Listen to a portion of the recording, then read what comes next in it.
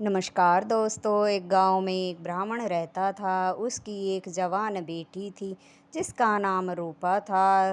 वह अपने नाम के अनुसार ही बड़ी ही रूपवती थी। ब्राह्मण की पत्नी कई साल पहले गुजर चुकी थी। ब्राह्मण यजमानी के लिए आसपास के गांव में जाया करता था। वह बड़ा ही ज्ञानी था, सभी लोग उसका सम्मान करते थे। धीरे धीरे समय बीत रहा था। उसकी बेटी शादी के लायक थी, लेकिन ब्राह्मण को अपनी बेटी की चिंता न थी, बल्कि यजमानों के कार्यों को पूरा करने के लिए वे उपाय बताया करते थे। उनके बेटी बेटियों की शादी के भी उपाय और मंत्र बताया करते थे, लेकिन अपनी बेटी की ओर कभी उन्होंने इस बारे में ध्यान नहीं दिया कि उनकी बेटी भी शादी के लायक है, अब उसकी शादी कर देनी चाहिए। ब्राह्मण के घर के पास ही एक चरवाहा रहता था जिसका नाम चंदू था। वह पहले पहलवानी भी करता था। अब उसके पास कई गायें थीं। गायों का दूध बेचकर वह अच्छा खासा कमा लेता था। उसी से उसके घर का गुजर चलता था। चरवाहे का नाम चंदू था। चंदू की पत्नी भी काम में उसकी मदद किया करती थी। चंदू गायों को चराने के लिए जंगल में ले जाता था और शाम को वापस ले आता था, इसलिए उसे कुछ ज़्यादा खर्च भी गायों पर नहीं करना पड़ता था और उसे दूध बेचकर मुनाफा भी अच्छा होता था। चंदू का एक बेटा था जो शहर में पढ़ने गया हुआ था, पर जो ब्राह्मण था वह चंदू चरवाहे को पसंद नहीं करता था। वह कहता था कि सारे दिन गायों के पीछे लगा रहता है, अनपढ़ गंवार है, बोलने का भी सलीका नहीं है और उनके घर से हर समय गोबर की बदबू ब्राह्मण के घर तक आती रहती है, जिससे ब्राह्मण बड़ा परेशान रहता था और उन्हें हर समय खरी खोटी सुनाता रहता था।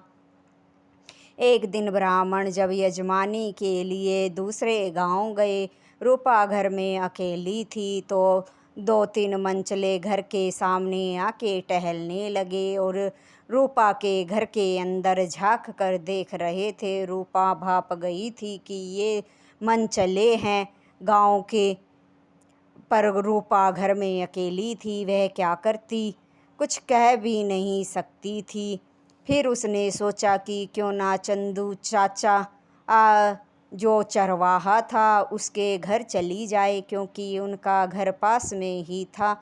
उसकी पत्नी भी बहुत अच्छी थी और रूपा ने सुना था कि एक बार चंदू चरवाहे की पत्नी को किसी मनचले ने छेड़ दिया था, तो चंदू चरवाहे ने उसकी इतनी ज़ोरदार पिटाई की थी कि उसके बाद वह उसके घर के आसपास भी नज़र नहीं आया और उसके माँ बाप को भी सबक सिखाया था। उसके बाद से यह खबर पूरे गांव में फैल गई थी कि चंदू चरवाहे के घर के आसपास अगर कोई मनचला दिख गया तो वह उसे छोड़ेगा नहीं। सभी माँ बाप अपने बेटों को समझाते थे कि चंदू चरवाहे के घर के आसपास भी मत भटकना, वरना तुम्हारे साथ साथ हमारी भी शामत आ जाएगी। इसलिए कोई भी मनचला चंदू चरवाहे के घर के आसपास भी नहीं भटकता था। रूपा ने सोचा चंदू चरवाहे के घर से सुरक्षित जगह और कोई नहीं है, इसलिए वह पंडित जी के घर से जाने के बाद हर रोज़ चंदू चरवाहे की पत्नी के पास उसके घर चली जाती थी। उसकी पत्नी भी बहुत अच्छी थी, रूपा से अच्छे से व्यवहार करती थी और समझती थी कि बिन माँ की बेटी है और सयानी भी है, घर में अकेली रहती है, इसलिए ये यहाँ आ जाती है। वह भी उसका अच्छे से ख्याल रखती थी। ऐसे ही दिन बीत रहे थे। एक दिन जो ब्राह्मण है वो यजमानी से जल्दी घर वापस आ गए। घर जब आए तो रूपा घर में नहीं थी। रूपा को घर में न देखकर ब्राह्मण उसे इधर उधर ढूंढने लगा। तब थोड़ी ही देर में रूपा चंदू चरवाहे के घर से निकलकर अपने घर की तरफ आ रही थी। ब्राह्मण ने जब उसे उसके घर से निकलते हुए देखा तो बड़ा गुस्सा किया और कहने लगा, तुम उस गंवार चरवाहे के घर में क्या कर रही थी? क्या तुम अपने घर में नहीं रह सकती हो? तब रूपा कहने लगी, पिताजी मैं तो अपने ही घर में रहती थी, लेकिन आप तो यजमानी में दूसरे गांव भी चले जाते हो। मैं घर में अकेली रहती हूँ और गांव के कुछ मनचले हमारे घर के चारों तरफ ही मंडराते रहते हैं। उनकी नीयत मुझे ठीक नहीं लगती और मैं अकेली घर में रहती हूँ, इसलिए मुझे डर लगता था। इसलिए मैं चंदू काका के घर दोपहरी में चली जाती थी, क्योंकि उनके घर के आसपास कोई भी मनचला नहीं भटकता है। यह बात सुनकर ब्राह्मण कहने लगा, तो ठीक है, कल से मैं तुम्हारे लिए एक पहरेदार लगा दूंगा। तुम्हें चंदू चरवाहे के घर जाने की कोई ज़रूरत नहीं है, तुम अपने घर में ही रहना। वह पहरेदार घर के बाहर पहरा देगा, जिससे तुम्हें किसी से डरने की ज़रूरत नहीं होगी। रूपा कहने लगी, पिताजी आप जो करें सो करे, जो करोगे ठीक ही करोगे। मैं कल से अपने घर ही रहूँगी। ब्राह्मण एक यजमान के यहाँ गया। यजमान के यहाँ शहर से एक लड़का आया हुआ था जो काम मांग रहा था। यजमान ने ब्राह्मण से कहा कि ब्राह्मण देखिए, ये नौजवान शहर से गाँव में काम मांगने आया है, भला शहर में क्या कामों की कमी है? तब ब्राह्मण कहने लगा कि यजमान जी, गांव हमारा तरक्की कर रहा है और शहर की पोल्यूशन भरी ज़िंदगी से लोग तंग आ गए हैं, इसलिए गांव की शुद्ध हवा भी उन्हें मिल जाए और कोई काम भी अगर गांव में मिल जाए तो नौजवानों का मन गांव की तरफ खींचने लगेगा। तब यजमान कहने लगा, मेरे पास तो कोई काम नहीं है, अगर तुम्हारे पास कोई काम है तो इसे दे दो। ब्राह्मण ने कहा, यजमान इसे मेरे साथ भेज दीजिए, मेरे पास इसके लिए एक काम है। यजमान ने कहा, तो आप इसे ले जाइए। ब्राह्मण उस युवक को लेकर अपने घर आ गया। युवक को घर ले आया तो उसने अपनी बेटी से कहा कि ये आज के बाद घर के बाहर पहरा देगा और तुम अपने घर के अंदर सुरक्षित रहोगी। तभी चंदू चरवाहे और उसकी पत्नी ने उस युवक को भी देख लिया और आपस में बातें करने, ये ब्राह्मण भी कितना मूर्ख है, अपनी बेटी की रखवाली के लिए एक नौजवान को ले आया है। भला बिलाव भी कभी चुहिया की रक्षा करता है, वह तो मौका पाते ही उसे दबोच लेता है। ब्राह्मण की बुद्धि कहाँ चली गई है जो इस नौजवान लड़के को अपनी बेटी की रखवाली के लिए ले आया है। भला मांस का टुकड़ा कुत्ते के सामने रखा जाता है क्या? वह तो उसे नोच कर खा जाएगा। इसकी बुद्धि भ्रष्ट हो गई है। वह अपनी पत्नी से कहने लगा, पर अगर कोई ऊंच नीच हो गई तो हम भी तो इसी गांव में रहते हैं, गांव की बड़ी बदनामी होगी। वह अपनी पत्नी से कहने लगा, भाग्यवान तुम तो बड़ी समझदार हो, अब ब्राह्मण की तो बुद्धि भ्रष्ट हो गई है, पर तुम इसके घर पर अच्छे से नज़र रखना, कहीं कोई ऊंच नीच न हो जाए। तब चंदू चरवाहे की पत्नी कहने लगी, आप सही कह रहे हैं, रूपा अकेली घर में है, वो मेरी बेटी की तरह है, मैं उसका ख्याल रखूँगी। चंदू चरवाहा यह कहकर अपनी गायों को लेकर जंगल में चराने चला गया। फिर ब्राह्मण भी रूपा से यह कह के कि उसे दूसरे गांव में यजमानी के लिए जाना है, घर से चला गया। अब वो युवक घर के बाहर बैठा पहरा दे रहा था। चंदू चरवाहे की पत्नी भी उस पर नज़र रखे हुए थी बराबर। फिर वह घर में किसी काम में व्यस्त हो गई। जब दोपहर ढलने लगी तो वह बाहर देखने आई कि सब ठीक है, पर उसने देखा कि रूपा के घर पर ताला लगा हुआ था। न तो वह नौजवान वहाँ था और न ही रूपा थी। यह देखकर वह घबरा गई। दरअसल वह नौजवान रूपा को लेकर जंगल के रास्ते भागा जा रहा था। पर किस्मत देखिए, चंदू चरवाहा भी उसी जंगल में अपनी गायों को चरा रहा था। उन दोनों के भागते हुए चंदू चरवाहे की नज़र रूपा पर पड़ गई। उसने रूपा को पहचान लिया। वह दौड़कर उनका पीछा करने लगा और कहने लगा, रूपा बेटी, कहाँ जा रही हो? आवाज़ सुनकर रूपा रुक गई और वह नौजवान भी। तब चंदू चरवाहा बात को समझ गया था कि वह लड़का रूपा को भगा कर ले जा रहा है। उसने रूपा से कहा, बेटा, क्या ब्राह्मण जी को पता है कि तुम इस लड़के के साथ जा रही हो? उस समय रूपा ने भी घबराहट में झूठ बोल दिया कि हाँ काका, पिताजी को पता है। उन्होंने ही कहा था कि इसके साथ जाकर शहर देख आना। पर चंदू चरवाहे ने रूपा के चेहरे पर घबराहट भांप ली थी। वह आदमियों की परख अच्छे से कर सकता था। वह जान गया था कि यह युवक ही उसे बहला फुसला कर यहाँ से भगा कर ले जा रहा है। फिर उसने कहा, रूपा बेटी, तुम इस तरफ खड़ी हो जाओ। रूपा पीछे हो गई। चंदू चरवाहा उस युवक से कहने लगा, सच सच बता, तू इस लड़की को कहाँ लेकर जा रहा था? तब वह कहने लगा, मैं तो कहीं नहीं, इसे शहर घुमाने ले जा रहा था। चंदू चरवाहे ने दो लकड़ी उसकी कमर में जमा दी। वो पहलवान तो था ही, और दो घुस्से और लात भी मारी और कहने लगा, मैं आदमियों को की शक्ल देखकर और उनके हाव भाव देखकर पहचान लेता हूँ कि कौन कमीना है और कौन अच्छा है। सच सच बता, नहीं तो तेरी हड्डी पसली यहीं तोड़ कर रख दूँगा।